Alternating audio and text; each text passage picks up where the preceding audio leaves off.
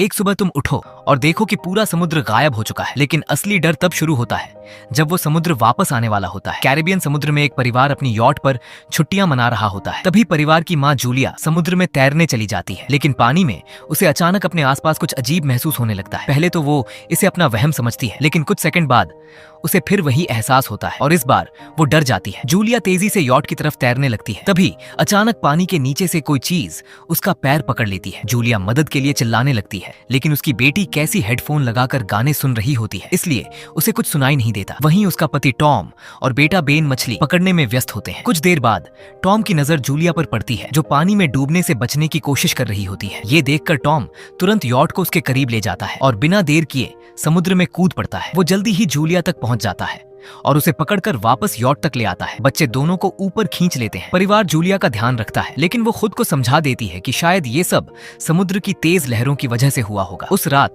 सभी लोग बेन का बर्थडे सेलिब्रेट कर रहे होते हैं। तभी कैसी के बॉयफ्रेंड का वीडियो कॉल आता है। वो बाहर जाकर बात करने लगती है। उसका बॉयफ्रेंड उसे शहर के ऊपर छाए काले बादल दिखाता है, लेकिन अचानक कॉल बुरी तरह ग्लिच होने लगता है और वीडियो फ्रीज हो जाता है। कैसी वापस जाकर परिवार को कॉल के बारे में बताती है, लेकिन टॉम कहता है कि समुद्र के बीच होने की वजह से नेटवर्क कमजोर होगा। तभी बाहर से एक अजीब आवाज सुनाई देती है। सभी लोग बाहर आते हैं और देखते हैं कि बहुत सारी व्हेल्स उनकी यॉट के पास से गुजर रही हैं। टॉम बताता है कि व्हेल्स धरती के मैग्नेटिक फील्ड को फॉलो करती हैं, लेकिन तूफान की वजह से उनका रास्ता भटक सकता है। तभी अचानक यॉट जोर से हिलती है और बेन नीचे गिर जाता है। टॉम को शक होता है कि यॉट को नुकसान पहुंचा है, इसलिए वो पानी के अंदर जांच करने चला जाता है। कुछ देर बाद जब वो वापस आता है तो उसके कंधे पर गहरा घाव होता है। जूलिया तुरंत उसका इलाज करती है। टॉम बताता है कि पानी के अंदर उसे ऐसा लगा जैसे कोई बहुत बड़ी चीज उसका पीछा कर रही हो। हालांकि बाद में उसे पता चलता है कि चोट यॉट के प्रोपेलर से लगी थी, लेकिन फिर भी उसे यकीन होता है कि उसके पास से कोई विशाल चीज गुजरी थी। जांच करने पर टॉम को पता चलता है कि यॉट काफी बुरी तरह डैमेज हो चुकी है। हालत खराब देखकर सभी मदद मांगने की कोशिश करते हैं। जूलिया बार बार रेडियो से संपर्क करने की कोशिश करती है, जबकि कैसी अपने फोन में नेटवर्क ढूंढती है, लेकिन कुछ काम नहीं करता। तभी कैसी अचानक किसी अजीब इंसान को देखकर डर जाती है, लेकिन वो बेन निकलता है जो मास्क पहनकर उसे डराने की कोशिश कर रहा था। कुछ समय बाद यॉट की पूरी पावर चली जाती है और परिवार समुद्र के बीच फंस जाता है। बाद में रेडियो से किसी की आवाज सुनाई देती है, लेकिन सिग्नल इतना खराब होता है कि कुछ समझ नहीं आता। टॉम परिवार को बताता है कि उनके पास सिर्फ 4 दिन का खाना और पानी बचा है। अब उन्हें इंतजार करना होगा कि शायद कोई मछली पकड़ने वाली नाव यहाँ से गुजर जाए। अचानक रडार पर कुछ अजीब दिखाई देता है और फिर आसमान से तेज आवाजें आने लगती हैं। सभी बाहर आते हैं और देखते हैं कि आसमान से अनगिनत जलती हुई चीजें गिर रही हैं। जहां जहां वो गिरती हैं वहां जोरदार धमाके होने लगते हैं। उनमें से एक चीज उनके बहुत करीब समुद्र में गिरती है। खतरा देखकर टॉम तुरंत यॉट स्टार्ट करने की कोशिश करता है। इंजन मुश्किल से चालू होता है, लेकिन तभी एक और जलती हुई चीज उसी इलाके में आ गिरती है। ये देखकर पूरा परिवार डर के मारे एक दूसरे को कसकर पकड़ लेता है। तभी टॉम को समझ आता है कि आसमान से गिरने वाली चीजें उल्कापिंड नहीं बल्कि सैटेलाइट्स हैं। उसी समय बेन देखता है कि यॉट से धुआं निकल रहा है। टॉम इंजन चेक करता है और पता चलता है कि वो पूरी तरह खराब हो चुका है। तेज हवाओं की वजह से पूरा परिवार यॉट के अंदर छिप जाता है, लेकिन किसी का ध्यान इस बात पर नहीं जाता कि कंपास लगातार तेजी से घूम रहा है। थोड़ी देर बाद यॉट जोर जोर से हिलने लगती है। बेन फिर से गिर जाता है और इस बार उसे चोट भी लग जाती है। विशाल लहरें यॉट से टकराने लगती हैं। टॉम किसी तरह बाहर जाकर सभी के लिए लाइफ जैकेट ले आता है। तभी अचानक पूरी बिजली चली जाती है। टॉम कंट्रोल ऑन करता है और लाइट्स वापस आ जाती हैं। उसी समय बेन देखता है कि जूलिया की नाक से खून निकल रहा है। जूलिया को चक्कर आने लगते हैं, जबकि कैसी उल्टी करने लगती है। टॉम लगातार रेडियो से संपर्क करने की कोशिश करता है, लेकिन कोई जवाब नहीं मिलता। तभी अचानक एक तेज और अजीब आवाज पूरे माहौल में गूंजने लगती है। हवाएं और ज्यादा खतरनाक हो जाती हैं। जूलिया दरवाजे बंद करने की कोशिश करती है, लेकिन तभी एक हैच अचानक खुल जाता है। तेज हवाएं खिड़कियां तोड़ने लगती हैं। चारों तरफ अंधेरा छाने लगता है और टॉम एक फ्लेयर जला देता है। अगली सुबह परिवार की आंख खुलती है। वो लोग किसी तरह उस भयानक तूफान से बच चुके होते हैं, लेकिन उनकी यॉट बुरी तरह टूट चुकी होती है। जब सभी बाहर आते हैं तो ये देखकर हैरान रह जाते हैं कि समुद्र का पानी पूरी तरह गायब हो चुका है। उनकी यॉट अब सूखी जमीन पर फंसी हुई होती है। ये नजारा देखकर सभी के होश उड़ जाते हैं। कैसी दोबारा फोन चेक करती है, लेकिन अभी भी कोई नेटवर्क नहीं होता। वहीं बेन पास पड़े मरे हुए केकड़ों से खेलने लगता है। टॉम कंपास चेक करता है और देखता है कि वो उल्टा हो चुका है। वो बताता है कि ऐसा मैग्नेटिक रिवर्सल आखिरी बार करीब 7 लाख साल पहले हुआ था। कैसी को डर सताने लगता है कि शायद उसका बॉयफ्रेंड मर चुका है। वो रोने लगती है और जूलिया के समझाने पर भी खुद को अलग कर लेती है। बाद में जूलिया जूलिया और टॉम बचा हुआ खाना और सामान चेक करते हैं। वहीं बेन अपने बर्थडे वाले गुब्बारों को एक पत्थर से बांध देता है ताकि शायद कोई दूर से उन्हें देख सके। टॉम एक बार फिर रेडियो चलाने की कोशिश करता है और इस बार उसका संपर्क नोव नाम के आदमी से हो जाता है। नोव बताता है कि वो एक पनडुब्बी का कप्तान है और उसकी सबमरीन भी फंस चुकी है। वो बताता है कि धरती के मैग्नेटिक पोल्स उलट गए हैं, जिसकी वजह से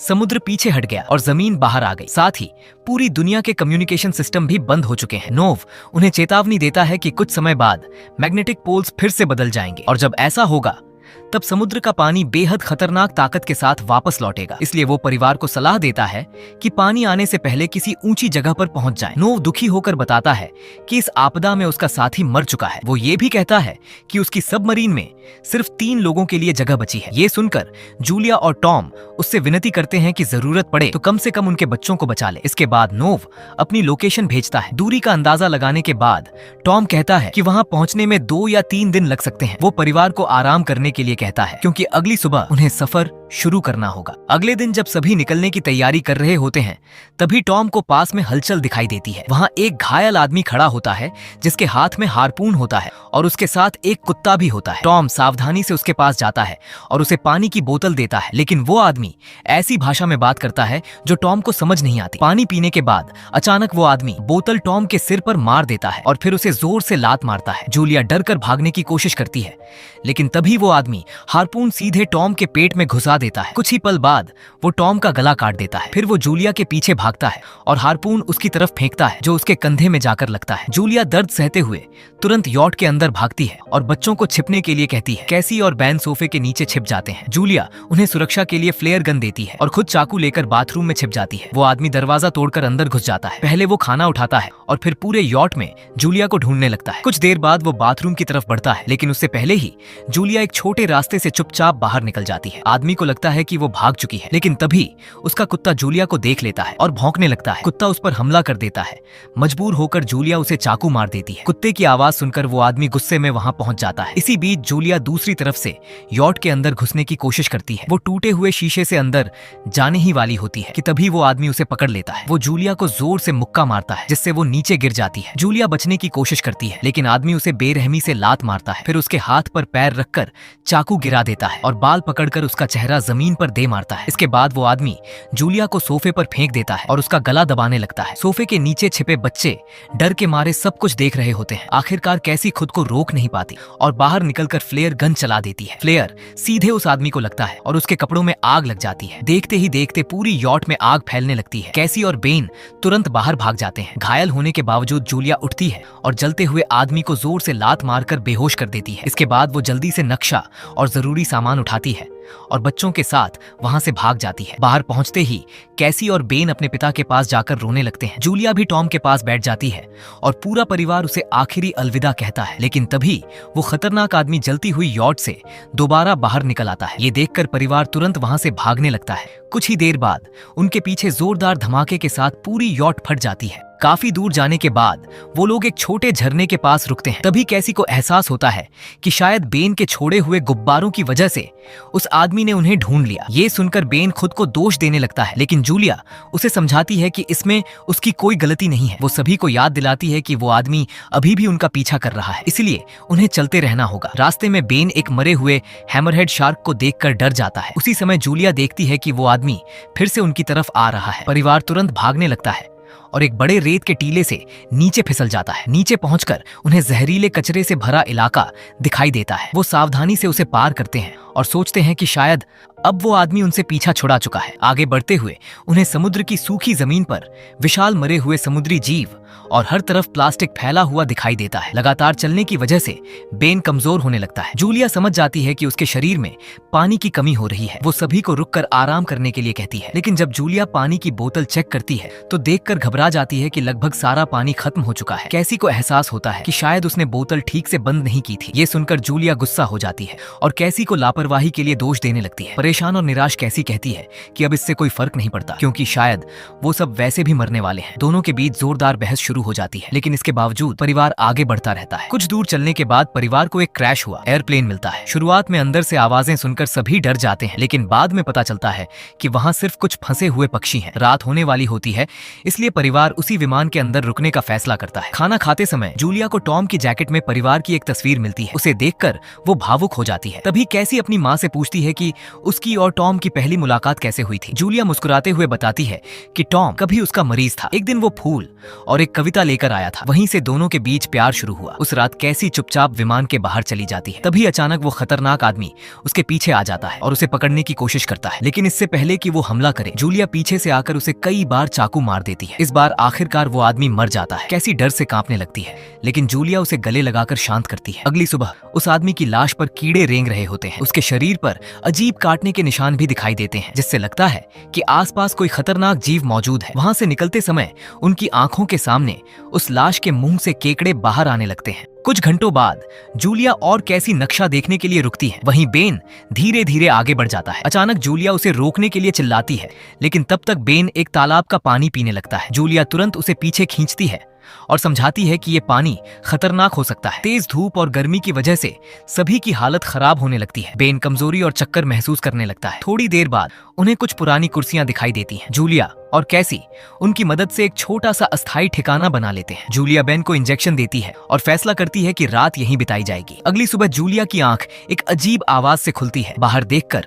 उसके होश उड़ जाते हैं, क्योंकि हजारों केकड़े उनकी तरफ तेजी से बढ़ रहे होते हैं। वो तुरंत बच्चों को उठाती है और तीनों वहां से भागने लगते हैं। भागते हुए उन्हें पास में एक बड़ा कार्गो शिप दिखाई देता है। उसके अंदर 3 लोग जिंदा होते हैं। उनमें से एक महिला परिवार की मदद करना चाहती है, लेकिन बाकी 2 मना कर देते हैं। वो खुद को एक कंटेनर के अंदर बंद कर लेते हैं और जूलिया बच्चों को बाहर छोड़ देते हैं। इसी बीच खतरनाक केकड़े तेजी से उनकी तरफ बढ़ते रहते हैं। जूलिया बच्चों को कंटेनर के ऊपर चढ़ने में मदद करती है, लेकिन जैसे ही जूलिया खुद ऊपर चढ़ने की कोशिश करती है, एक केकड़ा उसके पैर पर काट लेता है। कैसी और बेन तुरंत उसे ऊपर खींच लेते हैं। उसी समय कई केकड़े कंटेनर के अंदर घुस जाते हैं। अंदर मौजूद लोग उन पर गोलियां चलाते हैं, लेकिन केकड़ों की संख्या बहुत ज्यादा होती है। थोड़ी ही देर में वो 2 लोगों को मार डालते हैं। आखिरी आदमी छत के रास्ते भागने की कोशिश करता है, लेकिन केकड़े उसे भी नीचे खींचकर मार देते हैं। हमले के बाद जूलिया अपने घायल पैर पर पट्टी बांधती है और फिर बेहोश हो जाती है। कुछ समय बाद उसकी आंख खुलती है और वो खुद को एक भयानक रेत के तूफान के बीच पाती है। बच्चों को गायब देखकर वो घबरा जाती है और उन्हें ढूंढने लगती है। उसे पास में एक मरी हुई औरत के पास हथियार मिलता है। तभी कैसी वापस आती है और बताती है कि वो और बेन मदद ढूंढने गए थे, लेकिन उन्हें कोई नहीं मिला। थोड़ी देर बाद वो बेन से भी मिल जाते हैं, जिसे एक खुला कंटेनर मिल जाता है जहां वो तूफान खत्म होने तक छिप सकते हैं। जूलिया टॉम का लाइटर निकालती है और अपने घाव को जलाकर बंद करती है। दर्द बहुत भयानक होता है, लेकिन इससे खून बहना रुक जाता है। तूफान खत्म होने के बाद उन्हें पास में एक और कंटेनर मिलता है। उसके अंदर पानी की कई बोतलें होती हैं। वहीं लाशों के बीच उन्हें एक रेडियो और बंदूक भी मिल जाती है। जूलिया तुरंत रेडियो से नोव से संपर्क करती है और बताती है कि उनका नक्शा खो गया है। नोव बताता है कि लोगों पर हमला करने वाले जीव ऑक्सीजन की कमी की वजह से खतरनाक हो गए हैं। वो परिवार को जल्दी करने की चेतावनी देता है, क्योंकि उसके मुताबिक समुद्र उम्मीद से कहीं जल्दी वापस आने वाला है। उनके पास अब सिर्फ कुछ घंटे बचे हैं। इसके बाद नोव आसमान में एक फ्लेयर छोड़ता है ताकि परिवार उसकी लोकेशन तक पहुंच सके। फ्लेयर का पीछा करते हुए वो लोग आगे बढ़ने लगते हैं। लंबे और थका देने वाले सफर के बाद उन्हें आखिरकार दूर एक सबमरीन दिखाई देती है, लेकिन वहां पहुंचने के लिए खतरनाक पत्थरीले रास्ते को पार करना पड़ता है। जैसे ही वो चट्टानों के बीच आगे बढ़ते हैं, अचानक जमीन जोर जोर से कांपने लगती है। चारों तरफ बड़े बड़े पत्थर गिरने लगते हैं और भयानक लैंडस्लाइड शुरू हो जाता है। जूलिया बच्चों को धक्का देकर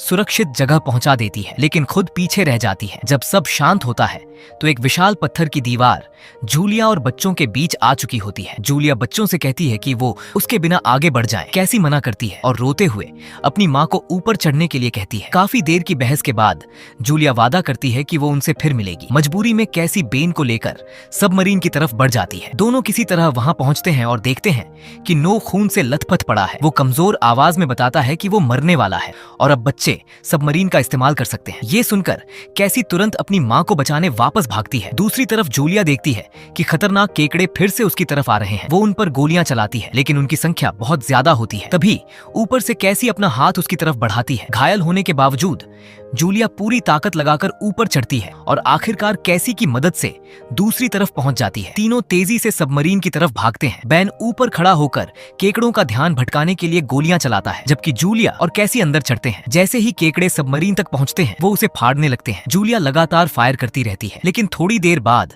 उसकी गोलियां खत्म हो जाती हैं। वो बंदूक फेंकती है और बच्चों के साथ जल्दी से अंदर घुस जाती है। तीनों हैच बंद कर देते हैं और छोटी खिड़की से देखते हैं कि हजारों केकड़े सबमरीन को घेर चुके हैं। तभी अचानक समुद्र का पानी बेहद ताकत के साथ वापस लौट आता है। तीनों अपनी सीट बेल्ट बांध लेते हैं और एक दूसरे का हाथ कसकर पकड़ लेते हैं। विशाल लहरें सबमरीन को इधर उधर उछालने लगती हैं। इसी दौरान जूलिया को पूरे सफर की झलकियां दिखाई देने लगती हैं। सबमरीन बुरी तरह हिलती रहती है, कैसी उल्टी करने लगती है और फिर वही अजीब तेज आवाज दोबारा सुनाई देने लगती है। आखिरकार दबाव और डर की वजह से तीनों बेहोश हो जाते हैं। कुछ समय बाद जब उनकी आंख खुलती है तो उन्हें राहत मिलती है कि वो अभी भी जिंदा हैं। वो हैच खोलकर बाहर निकलते हैं और देखकर दंग रह जाते हैं कि उनकी सबमरीन एक तबाह हो चुके शहर के बीच तैर रही है। इतनी तबाही के बाद भी उन्हें एहसास होता है कि अभी उम्मीद बाकी है और वो एक नई जिंदगी शुरू कर सकते हैं। यहीं पर इस कहानी का अंत होता है। दोस्तों, अगर वीडियो पसंद आई हो तो लाइक और चैनल एस वाई रोमान को सब्सक्राइब जरूर करें।